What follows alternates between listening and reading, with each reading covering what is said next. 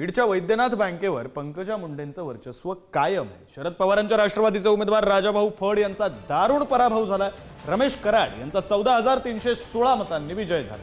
वैद्यनाथ बँकेच्या निवडणुकीमध्ये पहिल्यांदाच मुंडे बहीण आणि भाऊ एकत्र लढले। जनसेवा पॅनलला आणि पंकजताई मुंडे ताई आणि धनुभाऊच्या पॅनलला दणदणीत विजय मिळालेला आहे। 95% पुढे आमच्या पॅनलला मतदान मिळाले आहे। एक निकाल आता भटकेमुक्तमधून निकाल लागलेला आहे आणि पुढचा पण निकाल असाच लागण्याची शक्यता आहे। या निवडणुकीमध्ये रस्सीखेच बिलकुल नव्हती। डिपॉझिट जप्त झालं त्यांच्या उमेदवारांचं। 3 उमेदवार त्यांना उमेदवार सुद्धा मिळाले नाहीत।